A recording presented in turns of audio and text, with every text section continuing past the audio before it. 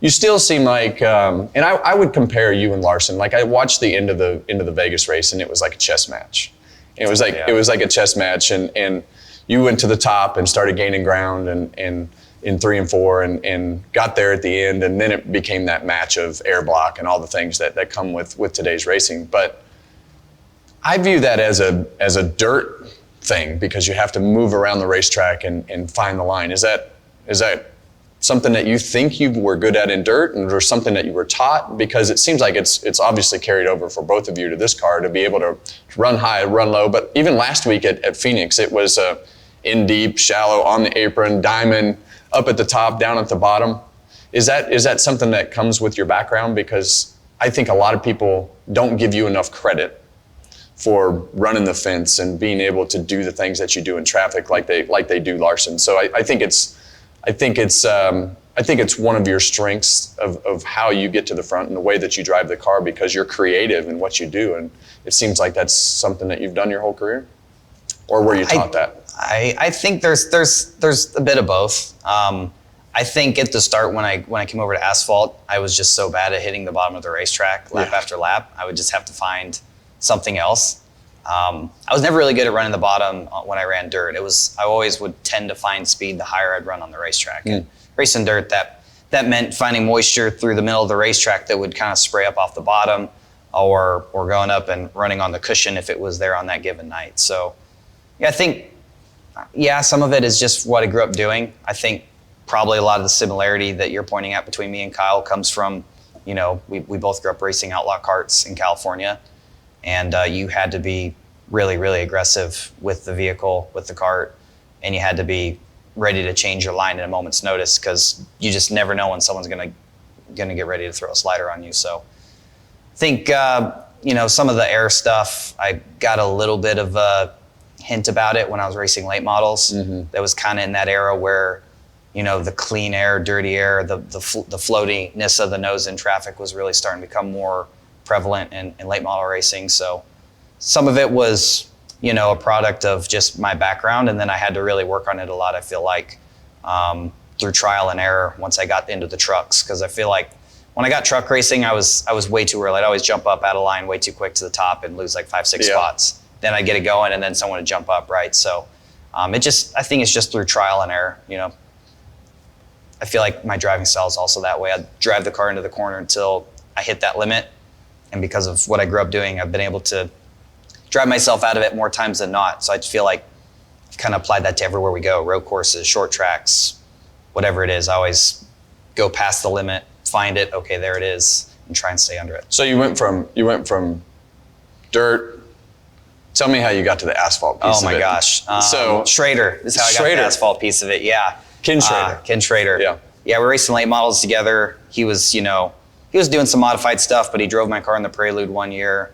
I'd gotten to know him from running at his track at I-55, and it was back when I feel like a lot of the modified stuff he was doing was pairing up with the late model stuff I was doing at the time. So just built that relationship up, and he asked me if I wanted to give asphalt a try, hop in his car and go race it. And I think for me, I was like, okay, but I think our first race was in Mobile, Alabama, and that was like my first asphalt race ever. And I got smoked the first 2 times I did it.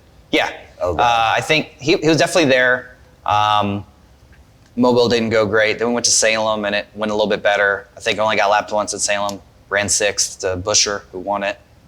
And then we went to Rockingham, and for whatever reason, that place in me kind of clicked, and that's where a lot of things start going good.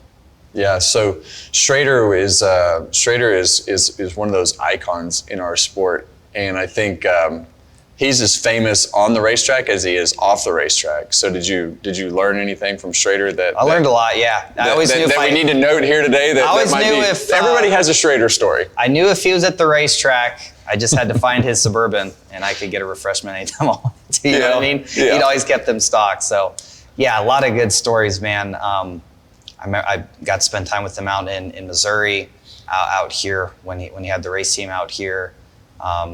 He's invited us in, let me stay on his couch when we come out here to explore North Carolina, know more about asphalt and NASCAR racing.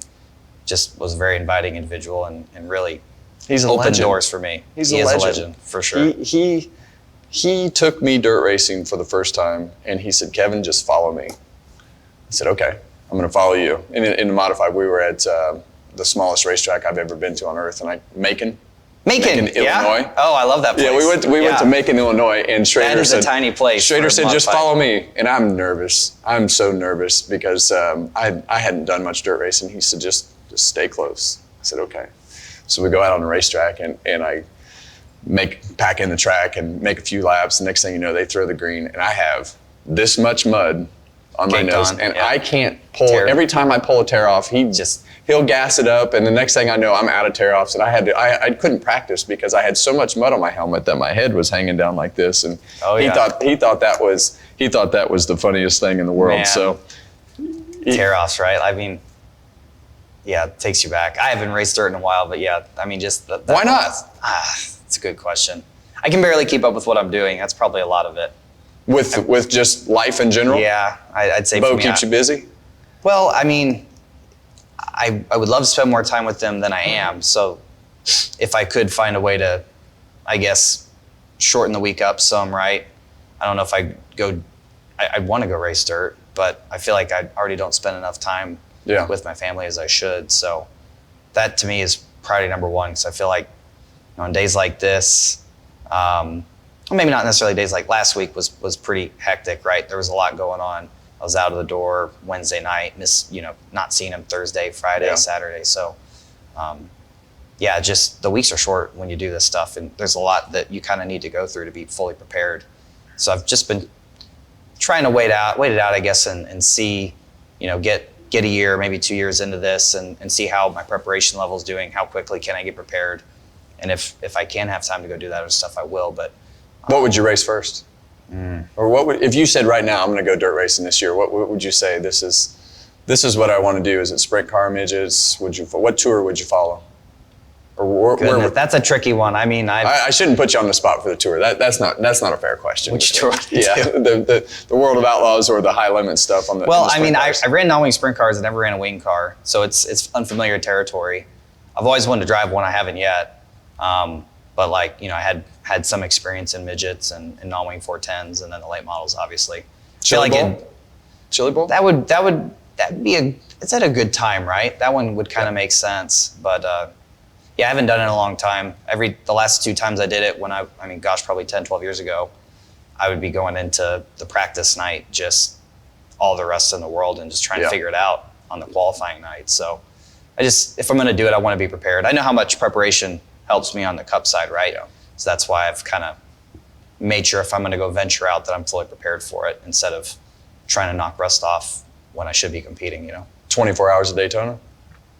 That's another bucket list one. It's not dirt though, but I know, but that's another one. I think that a guy like you that has raced so many different things, and I think you have the ability to do whatever you want. I think people don't really put all that together with you, because of the fact that you are one of the most diverse drivers in the whole sport, whether it's dirt, asphalt, late model. I mean, you've done so many things, and I think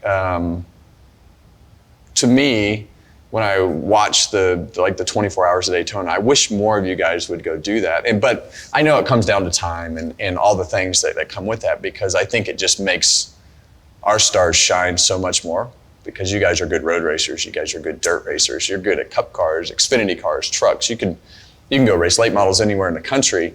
And I think, I don't know, it's interesting to me that you raced as much as you did, and then we have Larson, who races 2-3 days a week, comes and races the cup car, will race a truck or Xfinity car, and just races all the time. And you were kind of on that same path to do all that. I think you could do whatever you want. But I get a little jealous seeing all the racing he gets to do, and we'll see. Hopefully in the future I can pull myself away from this enough without hurting my performance on Sunday. Well, as you get more embedded in it, in your team, I think that time will come.